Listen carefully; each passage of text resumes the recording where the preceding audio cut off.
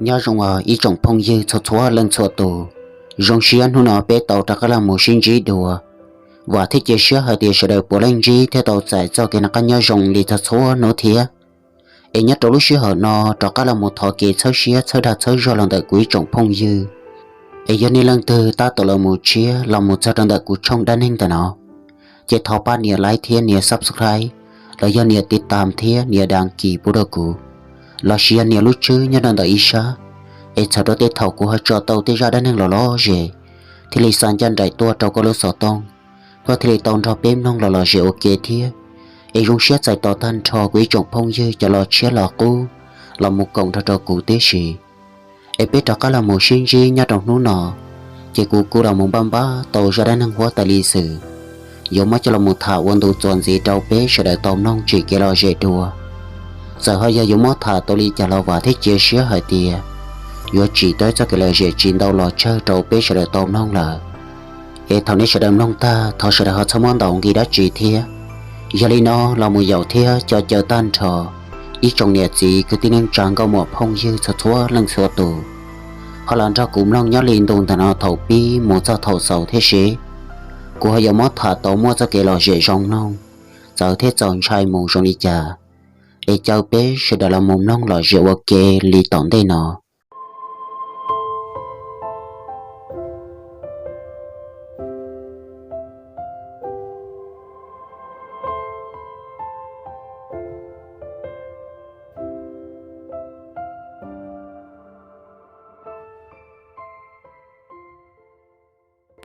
nhớ cho thòng bao nhiêu theo bận sự là sợ đờ là một tàu y nô thế y mò ấy can thu ta kỳ lỡ giờ là một chữ trong đấy lưu trong đây khó lo đã cơn gầu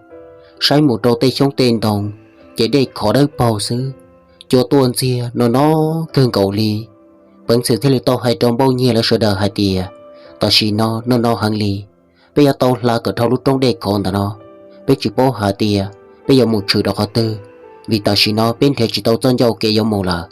tới đây còn nó tức là mùng bao ta cho kê chỉ biết chỉ bao mù bây giờ chỗ tàu là cỡ thâu lúc trong đây còn nó là xứ thầu bấn sự hay ta li nó chỉ lấy thế lịch dễ gì xía lan tại lúc ở trong đây còn nó mù thầu lại mù in nhon gì do chọn tàu bao tàu lúc ở trong đây khó bây giờ mới chọn tàu lo ta do ấy bỏ cho đây khó mà khó đấy bao để chọn tàu đó lắm nông nhất là bao tàu hồn tây uất trà giờ nói lú xuống nàng hành động trọ ta cho nhau bao tỏ tua chỉ tiếp lia giờ nói lú xuống trọ của nhung là của đâu hạn sen từ tua mùa thế bao nhiêu thế tao hay cho bận sửa hạt tia tu hoa tài dâu đi trà họ nói lú xuống nàng thế lú xuống trọ quan động trọ ta cho li chỉ là mà liên để kiếm nông ít liền tới chỉ bận sửa thế là hạt tia đó là cú sát chỉ ok chỉ có chủ yếu hạt tia mua nàng tôi muốn gì cho nhất là họ lú hải sống nào xứ để sĩ tây rồi giống một tên bằng là chỉ là thế là giờ mang đường trong một tiếp lia một chân đua chỉ đế ôi giờ bỏ ít tu nền đú khi nhớ rằng tại lúc họ bòn đồng họ xây một đó bố tòn đê chỉ bỏ ít cho tu cho một tô bơ bể lu họ bỏ ít tu chỉ năng cái trang ta chỉ ta tổ tờ tròn ra đối tu chó ấy tu chó ta tổ một tu chỉ năng đỡ chậu ta cho tu chỉ năng chỉ khiêu muốn chơi kia trong một bố sầu là tu chó thế là giờ khâu thiết trợ ta cho tu chỉ năng đỡ một đó bố sầu cho trên đồng tiếp lia tôi chọn chơi một chuyện đó bố sầu chơi tôi chọn thì là vì kia là một đó bố sát tội tôi trên đồng uống khẩu là một trong tờ tròn đồng của tôi chỉ năng chơi thở tôn cho ta xin đỡ xứ chơi tôi chọn tới gia bố tí là mù khởi kia tôi chỉ năng thở qua đó tôi chỉ năng thở bóng bố sầu là mù thầy kia trong tới khiến đồng nhớ cho thầu nó bao nhiêu thế bận sự là sợ đờ chỉ là mù mà lấy dân tim mua tà li lấy dân xã hay để sống nó trên xe tôi chỉ năng thở nhưng cơ trâu tôi chọn tới tỏ chỉ tôi cho thế là giờ đã cắt tí thì bố sợ là một tỏ tôi chỉ năng thở thằng nó tôi chỉ năng thế là giờ sửa trăn ta được tí lại là một trâu kia tôi cho chỉ là giờ qua đâu tôi cho bóng bố sợ là một tin cả đó bố hậu cho đây khó hậu nó chỉ tôi cho dân chi dạng ta tôi cho giờ nó kia lú xua năng hành động rõ tại sao chỉ tôi cho thế là mà liền một đó bố tỏ tôi năng là thằng ta tôi chỉ năng thế là giờ đi phó bố sợ là một thằng năng kia là một tin cả đó hậu nó chỉ năng mà li là một khởi cái người ta nặng theo bê tu xí xú thầu tu năng bỏ hai tia tu cho lo lờ chỉ qua đâu tu năng đi qua lư qua lìa qua đâu cho lúa tuôn thò chỉ tu năng chỉ li chén trợn trong là một thầu lợi nhất trong đời bản sự thiên bao nhiêu là ít xa đâu bỏ tỏ lờ bao nhiêu thế tao hay cho bận sự hạt tiệt tao chỉ nói bây giờ lấy chả mà bận sự thế hạt tiệt nếu giờ chủ nhớ tới giờ trong đời nó cũng mà lấy một ba tụ chỉ năng đó giờ hạt tiệt này giờ năng phê thiên năng rong lò tao chỉ nói nương chỉ tăng bằng là bây giờ tao bán nửa cho cái thằng đó bận sự nửa thế giờ thâu lo nửa trăn ta ấy khiến đường trong một tin có đâu bao tao tụ cho thầu nó chỉ tụ năng tức khiến là một thâu là tụ cho thế li ti cho cam đó bao tao tụ chỉ năng đó do một tàu cái tàu tụ chỉ năng đó non ta chỉ thằng đó bận sự một tin cầu tụ chỉ năng đó ta tàu một nửa trăn hàng cho là một thò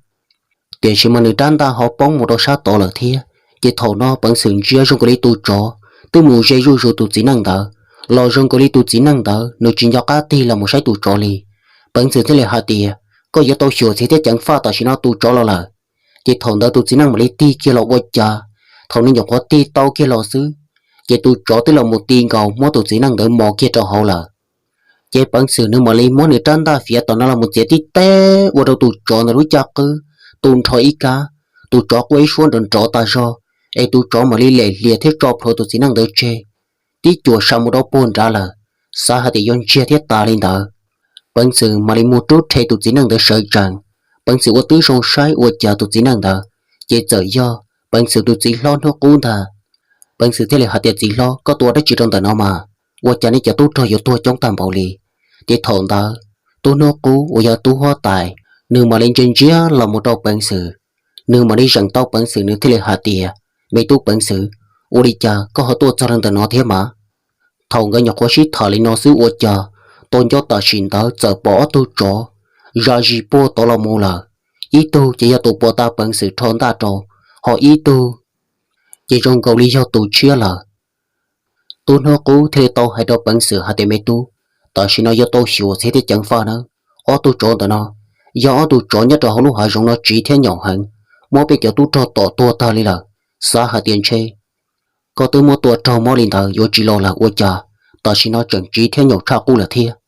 bây giờ thế là hạt tiền ôi lần thờ chỉ lo thì chỉ mà thằng ta chỉ tôi nó cố nửa tôi cho mỗi vì hạt tiền tôi cho tôi là mỗi nửa khao thêm mỏ tôi hậu khá chỉ tôi ở trong nửa sát sát cơ lý là tôn cho ta xin tới xứ chở tôi cho chỉ lý giờ thông chi gia bộ tôi là một tòa tôi nó cố theo bản sự gỡ mà đi thong gỡ trên ta là một tua ta gió tôi cho để gió tôi chọn đỡ gió tôi cho chỉ thiên nhỏ thế gió tôi cho quần lầu hàng để tạo chỉ ta tớ ta gió giờ gió thì gió xuống ta chỉ lo chú gió thì to mình chỉ sống nó xứ bản sự nếu chỉ tao trâu mó chỉ dùng cầu lý nếu mua so mình chỉ nếu cho nếu trên ta là một dễ tôi cho quần trâu tôi chọn ta tôi ít cả lo ta gió chỉ tôi cho chỉ lý giờ quay số thiết thiệt một đầu bố to là sao hai tên sống được trong mỏ liền đó nếu mồ này chỉ lo là chỉ tôn cho ta xin đó bằng sự tin một sai và chạy tôi chỉ cho tôi tin là mồ mua tôi nó cố mỏ tôi cho họ cá họ dùng cái đi khơi ta cho là tôi nó cố chỉ tin nếu chơi mua một đôi xã hội có tôi cho số khơi là xứ chắc trong lúc xưa họ nó chỉ tôi nó cố tên ta thia tên nặng chỉ bóng ta lì bằng sự mà lấy muốn được trang ta chỉ tao nó là một tí té và đầu tôi cho nó chắc đã tuôn cho tôi cho chỉ lý giờ tôi sung nhung trong đó là thầu tôi nó cố thì cái lòng một sai của cha tôi cho tới tua họ bản sự sợ nhất trên ta tôi nó cố ý xa toàn cho ta xin tới sự của cha ý tôi cho của cha tôi nó cố tròn tay nữa kia một đó bỏ tỏ giờ chỉ ra kia bố số là một tí tôi mà tranh thô rằng toàn cho ta xin tới sự của cha tôi cho chỉ lý giờ bóng bố số là một tiền cầu đó hậu nọ ấy tôi cho chỉ lý tua là tôi nó cố theo bản sự gạo mà lý sai của cha tôi cho từ trâu o tôi xí xuống gạo ấy thì li uo đồ tụ chó bông bò sợ là một gia trò hậu nọ tụ chó theo tỏ chỉ tao gỡ sấy mù về tụ chó on chia tụ chó chỉ li to là bao nhiêu thiên đầu li đất trâu bằng sự bé tụ tụ trò lỡ mà linh đờn trong là một tin cầu đó ta bằng sự mà li uo tứ trong sai uo cha trâu li nửa tua trời trán nạnh bằng sự thế li bao hạt tiệt tụ lùa uo mò tụ xí xuống là một tụ chó nó chỉ do trâu li ta uo trâu bằng sự rong xe hẳn bằng sự thế li hạt tiệt mấy tuần đầu lì, tôi có chừng ba ư thiê, do hả tiề, có chỉ ba cháu ư do trong lì trà. Chế bản sự nếu mà lấy ti kia một trà nếu tụt chỉ lo nó cũng đã, sợ chẳng là một trà, nếu xa xa cơn cầu ly nếu tên đã cầu chê, đâu chỗ một khơi của tổ ta, hoặc nếu tên ta thế tên nặng chê bóng được bộ tổ tên ra tê. Bản sự mà lấy cỏ nếu bé tụt tụt tròn đã muốn thiê, nếu tụt chỉ lo nó cũng, tràn nặng thiê, tràn ta là một, là do sợ kể nhất trong đời nó một. Nhớ chọn gì họ giống một chỗ là một tuần gì thiê chỉ là giờ mà tua tôi nó cũ tao kia thì là một trời cho đây khó đỡ nó cơn cầu ly là một ít nhau chỉ do chỉ mà ly pi là một thầu nhớ rằng tại cho đây khó đỡ rùi rùi là một rùi rùi chỉ trong cái chỉ bỏ cho đây khó thiết pi bỏ nuôi chi tôi một trò hậu tê hà rong hậu là mà ly ua tôi sẽ đời rong xía lúc xía hận tờ bằng sự thì lệ tao hay trâu tôi nó cố hay tiệt gì lo tao chỉ nó có tù mò nó rong có lý sát hơn cầu lì bây giờ tao so nhớ rằng tao nói ít chỉ rõ cho ấy chỉ ba muốn thiệt chua khó có tù mò nó có rong bé mà đi mò do chỉ liên tao mà chỉ bỏ hạt tiệt cháu bé bây giờ một sao đó bỏ tao vào lòng thiệt vì hạt tiệt tao chỉ nó có trâu mò có chọn trà lo thâu là tôi nó cố thì lệ hạt tiệt u liên tao là tao cơ chỉ là thì lệ tao là một so nhớ tôi ít chăng trả để lúc hai rong bây giờ lúc trong đây khó thở nhất là thầu nó thế nên mà có cho tu cho một sau tới cho là một trâu chi là lưu em bao nhiêu thế nên giờ một sau tôi ý cho chua cho là một trong sự trò học khó chú mà lấy cho là một khởi trò tôi nó cố chỉ là giờ nhỏ ý chỉ do ôi giờ bỏ luôn nó canh đồng trò bùa tí giờ trộn tu là chỉ thằng ta tôi nó cố thế tao hay đọc bản sự hạt tiền mê tu tao sẽ nên giờ trộn tu là nhớ tới chân tràn nó phổ suy hàng bây giờ tao man trọng tao nhớ năng tao nào mồ bằng sự thế hạt tiền gì lo tao chỉ nó có tụ mó rồi đi nó bây giờ đi chạm mồ mà tôi chỉ muốn nàng thia bây giờ tao soi mò cho ấy ta kỳ bên mà đi mồ tôi nó cố thế hạt tiền chỉ tao mẹ tu tao chỉ nó mới tu ná chỉ thiên nhỏ hàng lì nhon chỉ chân tràn nó mò bây giờ tôi cho tao tu ta thiên cho đó tôi trộn nó bây mò tôi cho tôi là tiền gì mà chuyện cho tu ná chỉ thiên nhỏ chắp lại lì giờ lên đó bây giờ tao man trọng một nó vì hạt tiền mua cho cái phò xí hàng lì thầu tôn hô cố hạt lì nó cái cua tao bằng sự là sự đời chỉ bỏ cá hạt tiền vô sâu đi chẳng gì bằng sự thì là hạt tiền lên đó là mà chỉ lo do hạt tiền mua chân giờ đi có hại cái bây giờ tao tự nhất là hậu lô hạt rộng năm một có sai lì sai tao thiệt thầu nó chỉ bằng sự thì lì cỏ ở tu cho là một tổ kia tôn hô cố ấy là mà đi tự nhất là hậu lô hạt rộng đó là một tuần gì là cái nhất trong nôn đó thầu trộn tu kia ôi cha hoa tay luôn nu thế này cho tu cho, ôi giờ mua ít bộ tờ lăng, lỡ giờ tôi muốn chụp lỡ trong tờ lú rò, ôi giờ gió nhẹ ta rò, ấy thằng đó bản sự thiên bao nhiêu là lòng một bự ít mò, thằng đó hoa tay luôn nu là tôi muốn chọn tua, nu kia cho nhẹ chỉ là mê bê sẵn, thằng đó cho nhẹ chỉ là mê bê sẵn tu tư là tu dân trai, vì hạt tiêu hoa tay luôn nu này cho tu cho trong thầu là, cái ua trâu cho nhẹ chỉ là mê bê sẵn là kia mong cầu nhất là hậu ba hậu chế ta. hoa tay đua nung sẽ do cứ theo hùng bỏ đi trả là rong cầu li cho nên chỉ là mê bê sang lấy chỉ tờ tua li họ nhất nông tờ tu chữ rò là lấy những trai cơn cầu li thía vì hà tiền nhất tờ lúc xí hở giá ta lò nhưng nhau mua tê xong chỉ do mua tê ba tu cho rồi nó tôi một tờ trả thía mua lại lúc rò nó tua chỉ tờ xin thơ cho lấy chỉ mua cho mong thía giờ mấy tôi mình nhồi dâu kiến đờn đông là một tá lơ kì hoa tay đua nung nữa thế là chẳng kỳ phúa mua tôi mình nhồi nâng tê kia tao em muốn nửa tan ta cho là một tư kia trâu tụi mình nhận tới cha ta thì là hai kia nó rõ hai tia do đấy chỉ tờ tua yếu một tụi mình nhận nó chỉ cho nó tờ xin nó ta thầu hoa tay bún nung hai li nó chỉ cua trâu cho nhẹ chỉ làm mấy bề sẵn trai nhớ trái gì hoa tay bún nung họ yếu một tụi mình nhận tới tua thiệt tu chữ do nếu mà lấy tờ tờ po tờ nó lúc chế tua chọn tua đơn tờ bỏ cho nhẹ chỉ làm mấy bề sẵn chế tờ rồi bề giờ tua mù cho chống cơn gạo li hoa tay bún nung thế là hai tia nên chạy cơn gạo li nên bỏ hạt để bé tua đằng đó chỉ do hạt tiền bây giờ tôi muốn để tua bỏ chơi nó chỉ tôi chỉ do mà lấy hạt tiền thọ chỉ thiếu u linh đó nên họ giờ lên từ hoa tay luôn nô thế là hạt tiền cú chỉ giờ giấy tôi hoa tay đó là mà hoa chả tôi bỏ hạt tiền hoa tay tua ấy chỉ tao tôi muốn hở hoa tay đi chỉ do kiếm mong cầu thiệt tôi chỉ do thế là hạt tiền thọ chỉ thiếu tôi hoa tay vì bé chỉ bỏ hạt tiền có giờ hoa tay ấy bé thì kiếm mong cầu nhớ tông tàu xong thao là mua là chỉ dân mua năng phê tôi một tua bé chân nhiệt chỉ làm bé sẵn nhất trong đua gen đua rồi nó ấy thầu bỏ nét tôi một đi nó chỉ thì li uo trâu sợ đời trai thì li muốn cầu sư thọ có hơi giờ lúc gì bu thia ấy nét tôi đừng tự nó giống một tấm bằng đá chỉ tia hoa tay đua nô mà li hạt tia nên nhớ đừng tự nó bỏ ý tôi bỏ nhiệt thiết trí tôi chỉ năng lo một thầu tự nên lú rồi nó là thầu đó tôi chữ rồi sợ xa ít bia sẽ do kia là chỉ kia li lô chỉ tao xin đó mới tu nhiệt chỉ làm mấy bê sẵn của do ý tu chỉ năng nếu mà nuôi nhong lâu tờ là nếu cũng chơi hay để nhớ trái gì tu chỉ do chuyện kia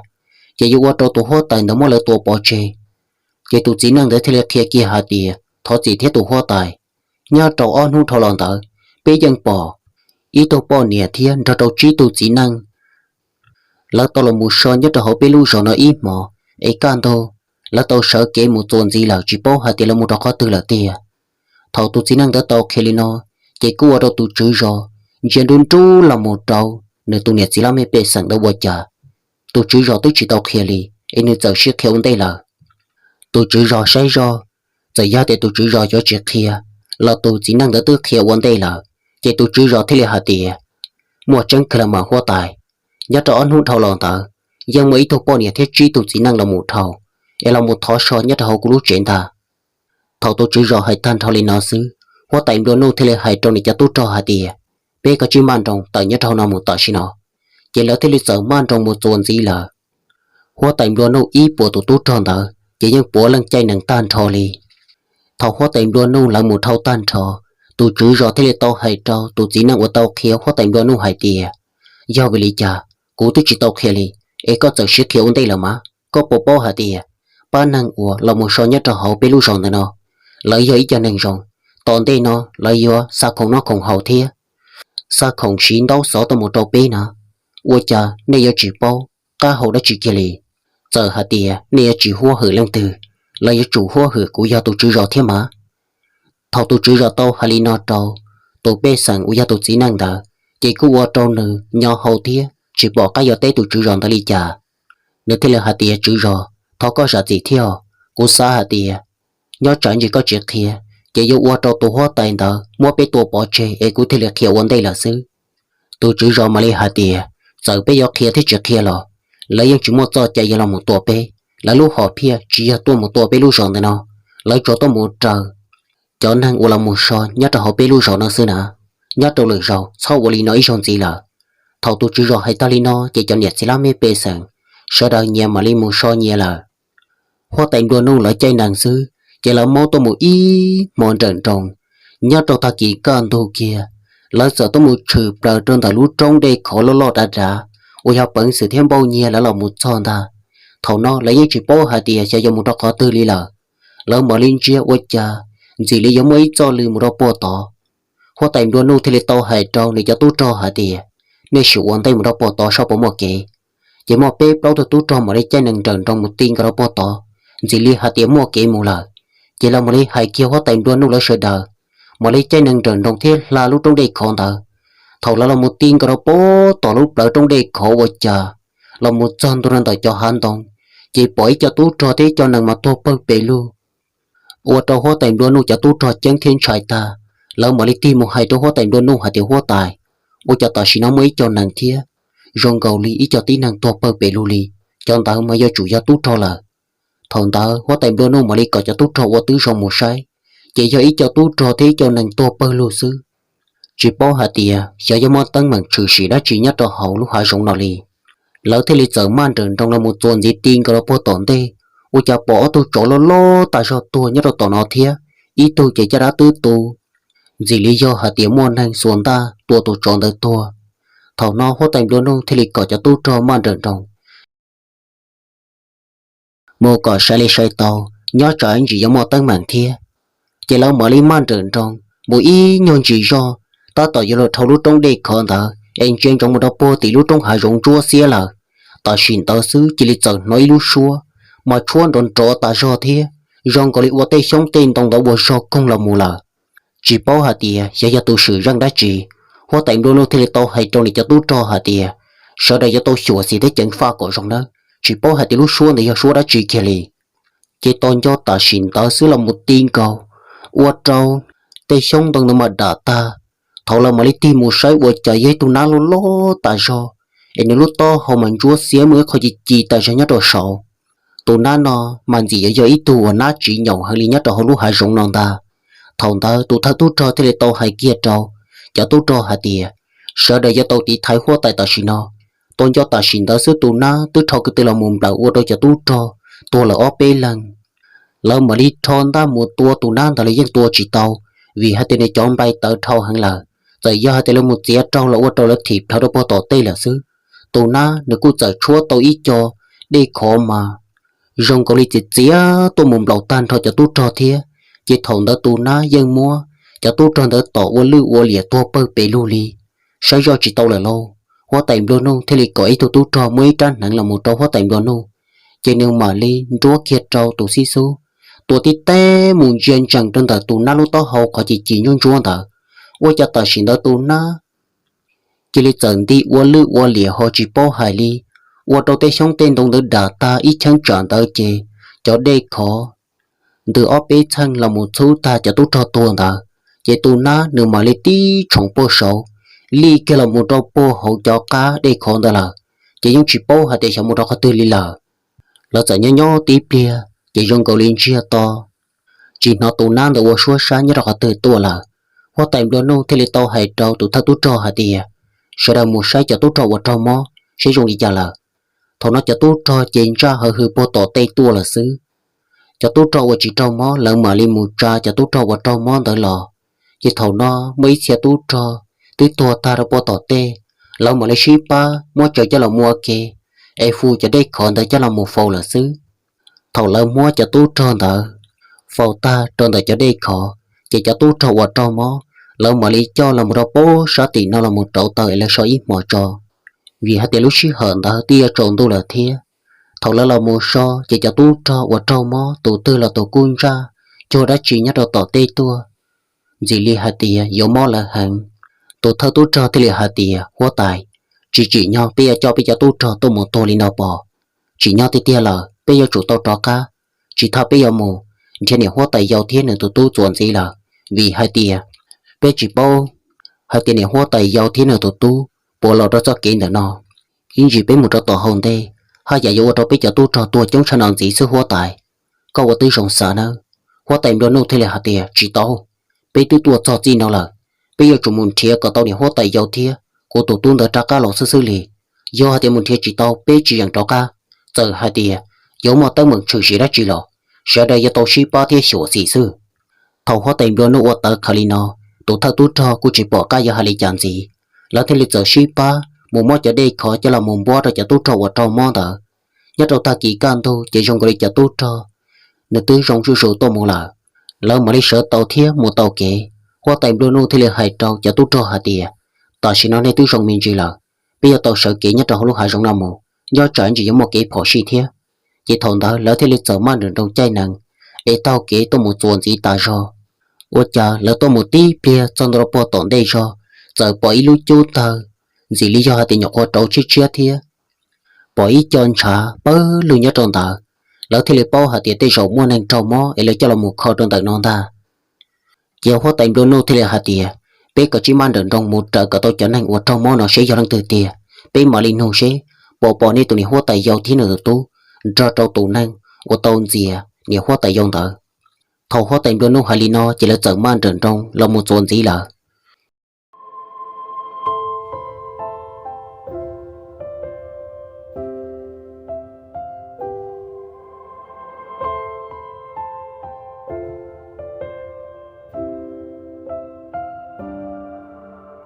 nhớ trong tầng bao nhiêu thiết bản sự cho trâu tu nó cũ ở nhà trâu mò tờ chỉ lỡ thì lịch sử cho trâu xíu là mù ở tu trâu trên cỡ mà tu nó cũ là mù lấy dân xí lông đó tê thầu tu nó cũ là mù chỉ tàu chỉ lấy dân ế li là mù tàu y nô thế y mò là sai chỉ dùng cầu li tu nó cũ xa cơn cầu li là nhớ tàu thầu đã tu nó cũ thì lịch tàu hay trâu bản sự hạt tiền mê tu ta chỉ nó cũng dòng cho nên mù chỉ tàu là nên tàu muốn cũng cho rằng nó nên mù sư nên do căn chỗ thì tàu cho kế nào mù trong đó bỏ tàu chỉ mua ở cho kế sĩ chuột nữa nên chạy một đầu cho xa xỉ chỉ do một cho đó bỏ tàu tuần tu đen nhất là thòng đó có tuổi sau em một cháu phua đó chỉ nên mà lấy chơi phua thiết là đi một đầu sát tí một đầu bỏ tàu vào lòng một kia trâu có giờ thiết có tụi nhẹ lo hai tìa ta chỉ nó cũng trâu mó như đầu bỏ tàu nó em cũng chỉ dùng là còn lỡ thoát sơ cho cô có chỉ một hai kia lên tới trâu là nó bằng sự thế là hạt tiền chỉ lo chỉ tao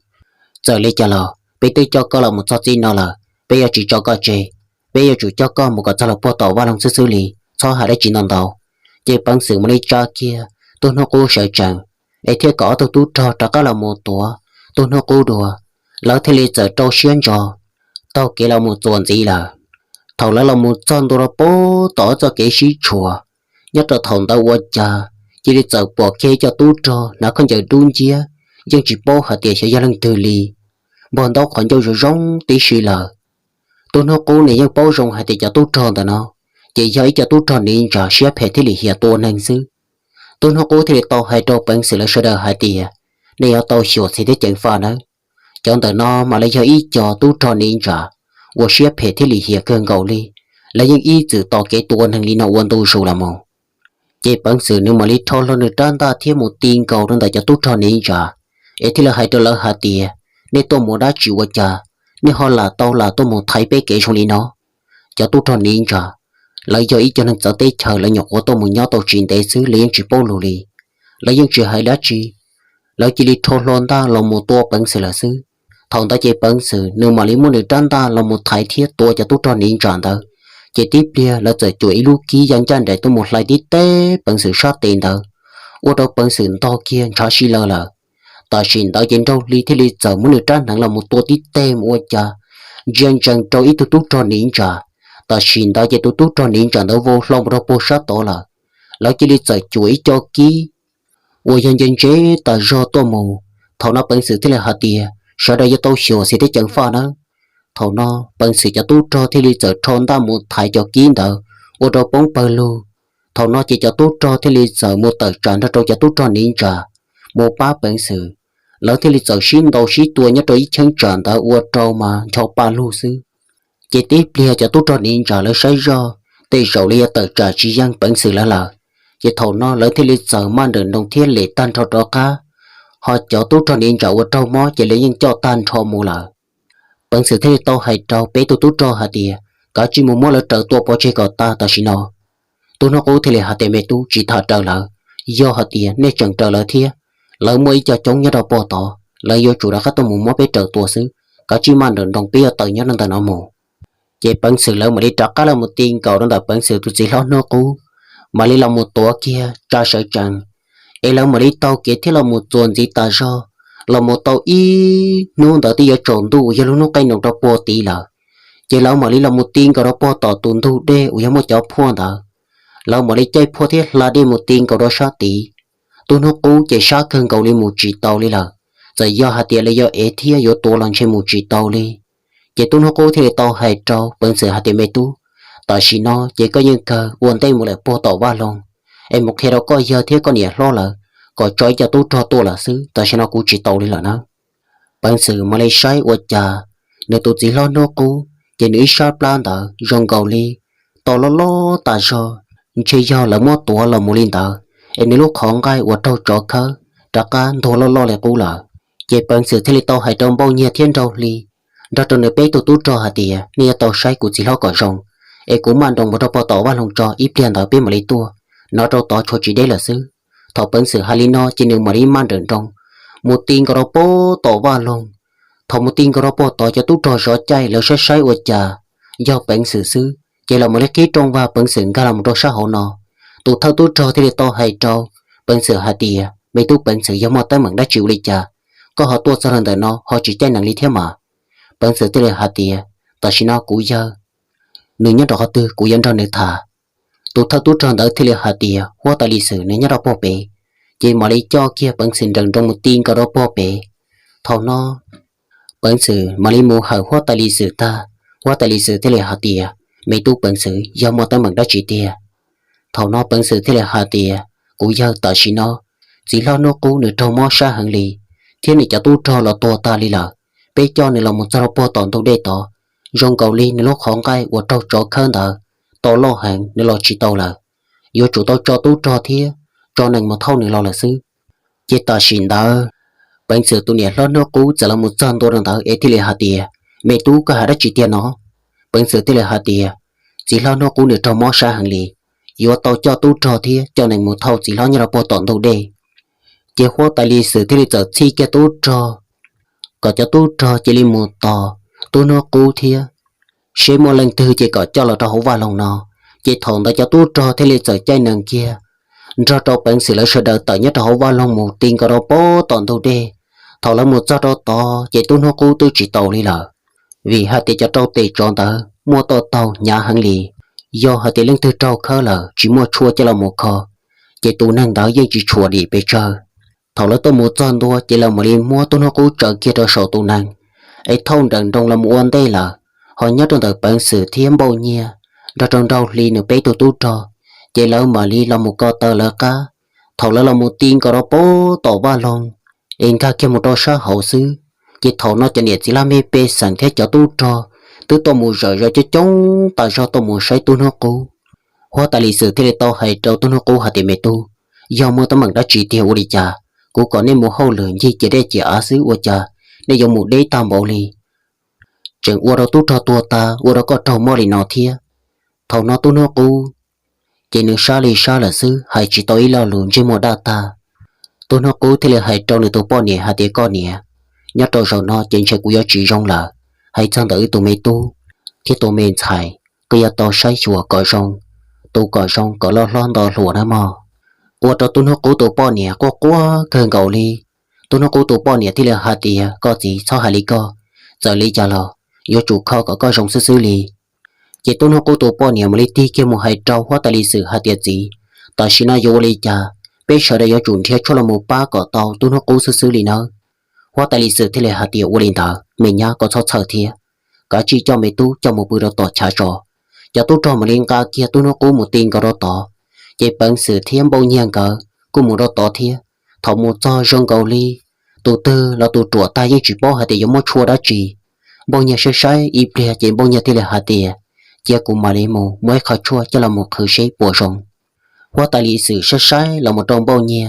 hóa tại lịch sử thì là hạt tiền tụi mình thấy u linh đã có giờ lên từ qua cha có họ lòng một cho rong tờ nó thiệt chỉ bằng sự mà lấy hạt tiền thọ chỉ theo của giờ tuần tờ nó nơi do quý tu phong dư rong hàng nên cho của lò xứ thế chỉ ta lên đó tây rong này do bao chua vì hạt tiền ít chữ nhớ cho họ hai rong hai chua lòng mình đây là nơi do bao tiền đó tây chua của do tin năng trâu mò thiệt trâu của tàu thầu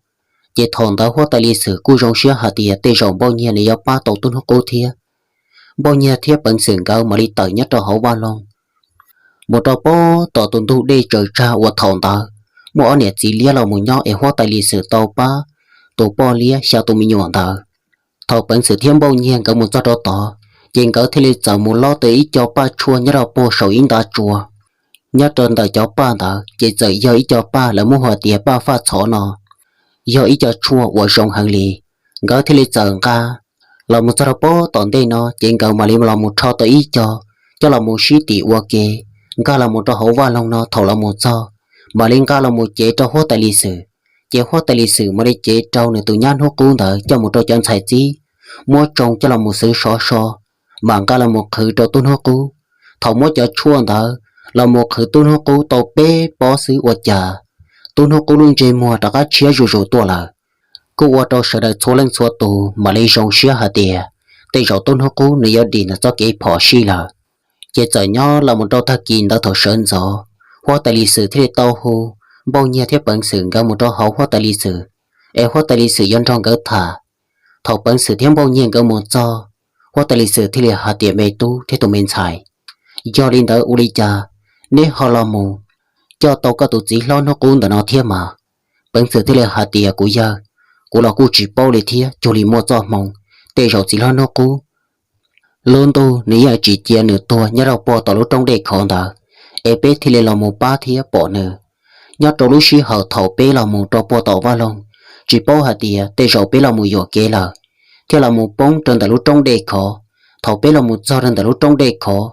chỉ chờ bỏ cho tu cho mà to bơ bể lô bên nông chỉ nói lưu xuân nặng thia nói lưu xuân chó của nông chó cơn gầu lì thầu bé là một son tua của cha giờ bỏ tu chó lo trên trâu rằng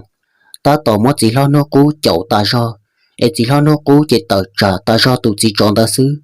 cú sai trong câu lý chỉ lo giờ tờ trả chỉ ăn cú thêm một ba chỉ thầu nó cú một con tua cú mất tụ chọn tờ tua trâu sát cờ lý thiê để xí mà cú chỉ bao hạt để sẽ giàu lý cha tôn cho ta xin tờ thấu ta tỏ xí thà chỉ lý giờ bỏ kia ở tụ cho ta cá ra chỉ là một tội đùa chỉ thầu tờ ở lần thế lý giờ xí tờ trả xin tàu xí tuôn ra trâu ở tụ chọn tờ tao cú thì là một say xử lý cha tôi cho tôi mua chỉ lo nó cú mà một trò hậu cá thiê một nửa khơi sát cơn gấu lì là chỉ lo nó cú chạy chuột cho nửa tin luôn chơi một đồ sát hậu ấy có tu chó sao khăn luôn chơi mò thiết cho tỏ tàu nữa là sư chế thầu cũng mấy tu chó tua xa xa ấy tu chó kia mồ là chế cũng mà lấy ti là một chế tu chó của mò chỉ lo nó cú chế thì liệu tàu này to chế ít tiền đó thầu bé mò tu chó tua ta chế bé sợ đời mà lấy cho chỉ lo nó cú là một sư nửa trâu chó khơi xa cần cầu lì thầu bên sự tàu bé thì nó trâu hóa tại lịch sử ta hóa tại lịch sử thì hạt tiền trong cần cầu lì là mẹ tu cho lì mò cho mong thia do hạt tiền chỉ mò cho mong em đây là một chuyện ra trên xe tàu nó có tụ chỉ lo nó cú nếu dân tua như đầu bùa thì lúc trong đây khó ra trong này cho tu trò là thia bằng sự thế hạt tiền của gia ấy cho li chặt chỉ lo nó cú là họ cho tu trò chống tam bảo tôi một đầu bùa thì lúc trong đây khó thì ấy là tôi muốn đã chỉ tiền mà chỉ thòng ta hoặc tại lịch sử thế hạt tiền mẹ tu cú có tụ chỉ lo nó cú nếu cho tu trò tôi muốn gì sai chỉ để chỉ ở thia một sai bê lúc vào tua chia như đầu bùa tỷ sư nhớ tôi chân trở lúc trong đây còn đã chừng do bé chỉ để chỉ à, tôi do bé lúc trong tua chia tiền xem mà tôn đâu xong là một nó, bé nhưng chỉ tao muốn gì cho đồ tỷ li, sao chỉ cho hạt tiền, giống một chỗ tròn đó là một nhớ trò hậu thế, chỉ bằng sự thế là tiền ô linh đạo lo, giờ li cho là tài xí nó, chủ yếu cho tôi cho tua sư, bé nhưng khổ xí là cho xe cơn gầu li, tiền xí tôi chỉ tao li cho là, rong đó khó hạt tiền, chỉ là nó cũng là chịu li trả, thầu lo xí thở ta li nó. Chỉ bằng sự thiên bao nhiêu cả mà lý tự cho cá là một đồ sáng đầu nó giờ nhỏ là một tàu ó nó bên nó tỏ cá tuần gì thầu tôi nó cố nửa tư rong do là một là và chả nhau mấy nó thầu giờ trộn tu em hoa tại lịch sử cho nhiệt chỉ là mê bê sẵn một đồ bố tỏ tuần tu đê là một thiên non thiên hậu cho đồ bố tỏ và chả là xây một đồ bố tiền tu đê sát tí giờ bởi cho tu trò cho chống ta do gì lý mua tha trà xa gì chậu lên lấy cái nàng tôi một con đồ bố sát tí là thầu nó cho nên chỉ là mấy bé sẵn trai chỉ là thì giờ sĩ tư kia cho cái là một đồ bố tỏ ba lông hoa tay luôn luôn được bao hạt tiền nhớ đồ sát tí giờ chủ mua ba lông là chỉ thầu ta hoa tay luôn luôn thì còn đi cho tu trò một dĩa sống cho là một ô phô ấy là một lít la một đồ sát tí vì lỡ tứ bổi cho phô nhớ đồ sát tí là thế để sĩ nhớ đồ sát tí nó chỉ một phô là chỉ là một lít một dĩa tôi cho phô cho là một rau khó lỡ mà lấy mua lấy cho nàng dọn dây một đôi sầu chó phua em mà lấy la đi một đôi sát tí tao kể là một đôi po tỏ hoa tại lịch sử va lông thầu cho nhiệt chỉ là mê bê sẵn kể là một tin cả đôi hậu va lông lỡ mà lấy là một cha kia trong hoa tại lịch sử hạt điều hoa tài ta chỉ nói trong cầu lý mua ít cho tu trò chứ chống cơn cầu lý lỡ tôi một cho đôi sáng thủ đây sát tí chỉ bao hạt tiền ta chỉ nói là tức là một cho đôi sát tí nó lại lo chỉ tàu lý tiền hoa tại lịch sử thì là hạt tiền bố mà tránh tiền mà do mà tránh giả lên đây hay mà lấy cọ tu trò thì thấy bao lông đã nó cọ xong cho nên chỉ là mê bê sẵn thế là hạt điều hoa tại với một trắng thế thiệt li hoa tại lịch sử thế là cọ thất tu trò chú khi tu trò rõ trong va cọ xong nhớ cho anh gì cho tu trò phê nhớ đồ sang đầu lại tua cho lấy ở trong va lông thế thà tu trò chú mà lấy một chi kia tu trò một rõ trong va đun ru ta cho li lại nhớ nhớ email bia thổ lún hốc canh trong trò bùa tí uất cha ta xin ta xứ chỉ lấy chợ bỏ kế cho tu trò trên nông uất trâu ăn cho ba lúc bùa tí giao kế tí tô mù lần ta